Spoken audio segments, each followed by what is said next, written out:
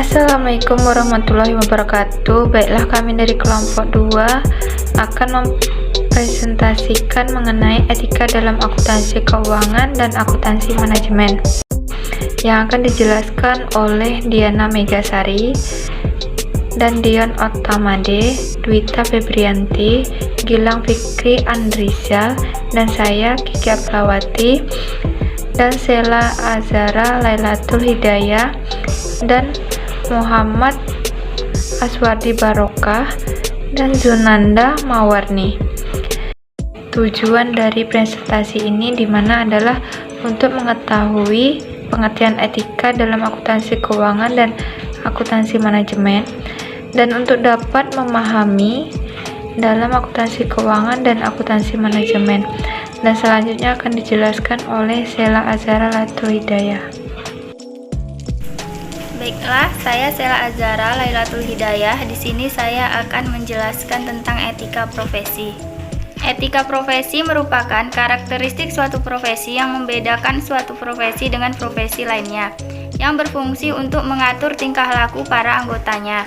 Tanpa etika, profesi akuntan tidak akan ada, karena fungsi akuntan adalah sebagai penyedia informasi untuk proses pembuatan keputusan bisnis oleh para pelaku bisnis. Selanjutnya, menurut Magnus Suseno 1985, etika normatif terbagi dua, yaitu tolak ukur pertanggungjawaban moral yang meliputi etika wahyu, etika peraturan, etika situasi, dan etika relativisme. Sedangkan etika normatif menuju kebahagiaan meliputi egoisme, pengembangan diri, dan utilitarisme. Di samping itu, Harjono 2002 membagi jenis etika atas 4 kelompok, yaitu etika normatif, etika peraturan, etika situasi, dan etika relativisme. Setiap profesi yang memberikan pelayanan jasa pada masyarakat harus memiliki kode etik sebagai seperangkat prinsip-prinsip moral yang mengatur tentang perilaku profesional.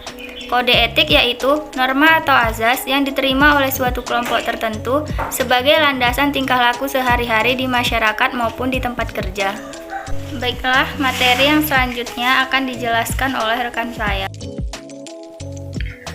Saya Dwita Febrianti akan menjelaskan poin selanjutnya mengenai pengertian akuntansi keuangan. Menurut Sugiarto tahun 2002, akuntansi keuangan adalah bagian dari akuntansi yang berkaitan dengan penyiapan laporan keuangan untuk pihak luar, seperti para pemegang saham, kreditor, pemasok, serta pemerintah. Prinsip utama yang dipakai dalam akuntansi keuangan adalah persamaan akuntansi, yaitu aset sama dengan liabilitas ditambah ekuitas. Akuntansi keuangan berhubungan dengan masalah pencatatan transaksi suatu perusahaan atau organisasi dan penyusunan berbagai laporan berkala. Dari hasil pencatatan tersebut, laporan ini disusun untuk kepentingan umum dan biasanya digunakan pemilik untuk menilai nilai prestasi manajemen atau manajer sebagai pertanggungjawaban keuangan terhadap para pemegang saham. Hal penting dari akuntansi keuangan adalah adanya standar akuntansi keuangan yang merupakan aturan-aturan yang harus digunakan di dalam pengukuran dan penyajian laporan keuangan untuk kepentingan eksternal maupun internal. Dengan demikian, diharapkan pemakai dan penyusun laporan keuangan dapat berkomunikasi melalui laporan keuangan tersebut, sebab mereka memiliki acuan yang sama, yaitu SAK atau Standar Akuntansi Keuangan. SAK ini mulai diterapkan di Indonesia pada 1994, menggantikan prinsip-prinsip akuntansi Indonesia tahun 1984. Baik, saya Dion Otamade akan menjelaskan pembahasan selanjutnya mengenai akuntansi manajemen. Oke, baik, sebelum itu kita harus tahu dulu apa itu akuntansi manajemen. Akuntansi manajemen atau akuntansi manajerial adalah sistem akuntansi yang berkaitan dengan ketentuan dan penggunaan informasi akuntansi untuk manajer atau manajemen dalam suatu organisasi dan untuk memberikan dasar kepada manajemen untuk membuat keputusan bisnis yang akan memungkinkan manajemen akan lebih siap dalam pengelolaan dan melakukan fungsi kontrol.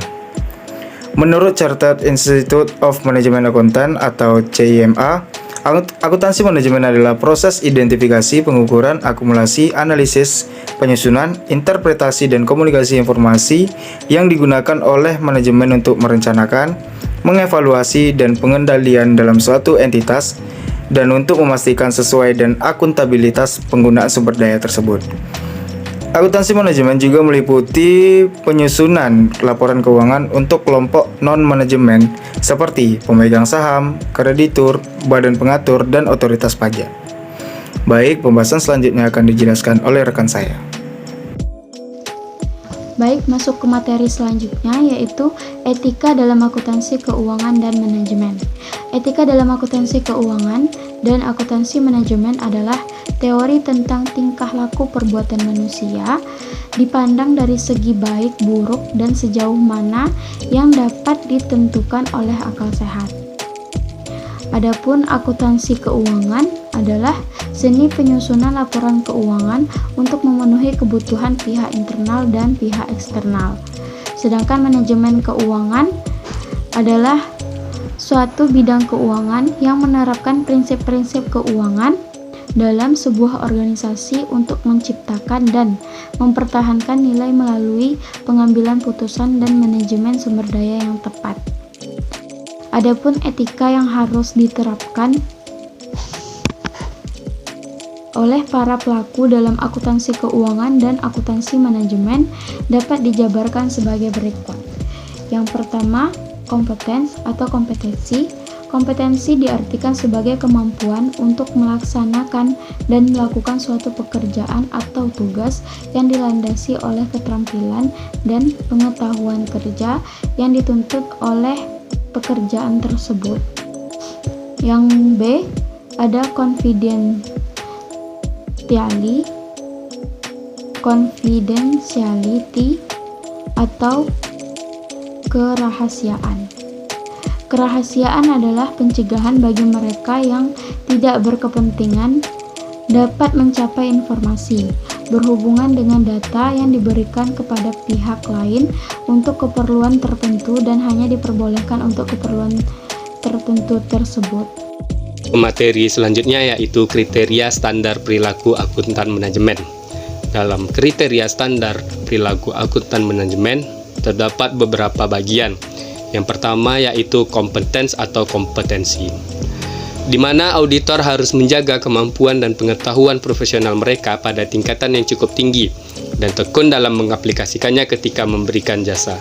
Yang kedua yaitu confidentiality atau kerahasiaan, di mana auditor harus dapat menghormati dan menghargai kerahasiaan informasi yang diperoleh dari pekerjaan dan hubungan profesionalnya. Salah satunya yaitu menahan diri supaya tidak menyingkap informasi rahasia perusahaan. Selanjutnya yaitu integrity atau kejujuran, yang mana auditor harus jujur dan bersikap adil serta dapat dipercaya dalam hubungan profesionalnya, meliputi penghindaran konflik kepentingan yang tersirat maupun tersurat. Selanjutnya yang terakhir yaitu whistleblowing. Whistleblowing merupakan tindakan yang dilakukan seseorang atau beberapa karyawan untuk membocorkan kecurangan perusahaan kepada pihak lain. Contohnya, seorang karyawan melaporkan kecurangan perusahaan yang membuang limbah pabrik ke masyarakat. Whistleblowing dibagi menjadi dua bagian. Yang pertama yaitu whistleblowing internal. Apa itu whistleblowing internal? Yaitu kecurangan dilaporkan kepada pimpinan perusahaan tertinggi. Pimpinan yang diberitahu harus bersikap netral dan bijak, loyalitas, moral bukan tertuju pada orang, lembaga, otoritas, kedudukan, melainkan pada nilai moral, keadilan, ketulusan, kejujuran, dan sebagainya. Yang kedua yaitu whistleblowing eksternal, yaitu hal untuk membocorkan kecurangan perusahaan kepada pihak luar seperti masyarakat, karena kecurangan itu merugikan masyarakat. Baiklah, kesimpulan materi dari yang di atas yang dijelaskan oleh teman saya yaitu akuntansi keuangan adalah seni penyusunan laporan keuangan untuk memenuhi kebutuhan pihak internal dan pihak eksternal. Sedangkan akuntansi manajemen atau akuntansi manajerial adalah sistem akuntansi yang berkaitan dengan ketentuan dan penggunaan informasi yang akuntansi untuk manajer atau manajemen dalam suatu organisasi dan untuk memberikan dasar kepada manajemen untuk membuat keputusan. Yang kedua, saran. Melihat di zaman ini maraknya berbagai kasus kecurangan yang terjadi, maka saya merekomendasikan untuk membuat suatu standar etika yang dibukukan untuk mencegah masalah di kemudian hari. Yang kedua, sarannya yaitu mencegah terjadinya tindak kecurangan dan pelanggaran di internal perusahaan, maka penulis merekomendasikan perlu diadakannya pelatihan yang memuat materi mengenai etika dalam internal perusahaan. Selanjutnya adalah analisis terhadap pelanggaran dari kasus PT KAI. Yang pertama adalah pelanggaran tanggung jawab profesi, yang mana seharusnya seorang akuntan bertanggung jawab secara profesional terhadap semua kegiatan yang dilakukan.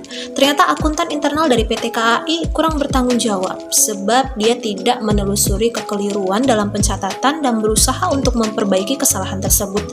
Selanjutnya adalah kepentingan publik, di mana yang seharusnya seorang akuntan bekerja untuk kepentingan publik, ternyata akuntan internal dari PT KAI diduga tidak bekerja demi kepentingan publik karena telah sengaja memanipulasi laporan keuangan.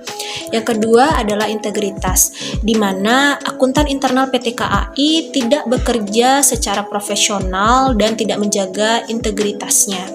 Yang keempat adalah objektivitas, di mana seorang akuntan yang harusnya bersifat objektif, ternyata akuntan internal PT KAI tidak bersikap objektif dan telah melakukan manipulasi laporan keuangan. Yang kelima adalah jasa profesionalnya dengan penuh kehati-hatian. Ternyata akuntan internal PT KAI tidak melakukan hal tersebut dengan menjaga kompetensi, ketekunan, dan kewajiban mempertahankan pengetahuan, sehingga terjadilah manipulasi laporan keuangan. Yang keenam adalah perilaku profesional. Ternyata PT KAI tidak berperilaku profesional yang menyebabkan terdapat kekeliruan pada pencatatan laporan keuangan. Dan yang terakhir adalah standar teknis, yang mana seharusnya akuntan dalam menjalankan tugasnya itu bersikap profesional, mengacu pada standar dan juga standar profesional yang relevan. Ternyata akuntan internal PT KAI tidak melakukan tersebut, sehingga terjadilah pelanggaran, yaitu pemanipulasian data laporan keuangan. Selanjutnya adalah studi kasus dari PT KAI, yang mana diduga PT KAI telah melakukan manipulasi data yang terjadi pada tahun 2005. Perusahaan BUMN ini tercatat telah meraih keuntungan sebesar 6,9 miliar. Tetapi setelah diteliti dan dikaji, ternyata perusahaan seharusnya menderita kerugian sebesar 63 miliar. Perbedaan pendapat terhadap laporan keuangan antara komisaris dan auditor akuntan publik terjadi karena PT KAI tidak memiliki tata kelola perusahaan yang baik. Ketiadaan tata kelola perusahaan yang baik ini juga yang membuat komite audit atau komisaris PT KAI baru bisa membuka akses terhadap laporan keuangan setelah diaudit oleh akuntan publik. Selanjutnya adalah analisis terhadap pelanggaran dari kasus PT KAI. Yang pertama adalah pelanggaran tanggung jawab profesi, yang mana seharusnya seorang akuntan bertanggung jawab secara profesional terhadap semua kegiatan yang dilakukan. Ternyata akuntan internal dari PT KAI kurang bertanggung jawab sebab dia tidak menelusuri kekeliruan dalam pencatatan dan berusaha untuk memperbaiki kesalahan tersebut. Selanjutnya adalah kepentingan publik, di mana yang seharusnya seorang akuntan bekerja untuk kepentingan publik, ternyata akuntan internal dari PT KAI diduga tidak bekerja demi kepentingan publik karena telah sengaja memanipulasi laporan keuangan. Yang kedua adalah integritas, di mana akuntan internal PT KAI tidak bekerja secara profesional dan tidak menjaga integritasnya. Yang keempat adalah objektivitas, di mana seorang akuntan yang harusnya bersifat objektif, ternyata akuntan internal PT KAI tidak bersikap objektif dan telah melakukan manipulasi laporan keuangan.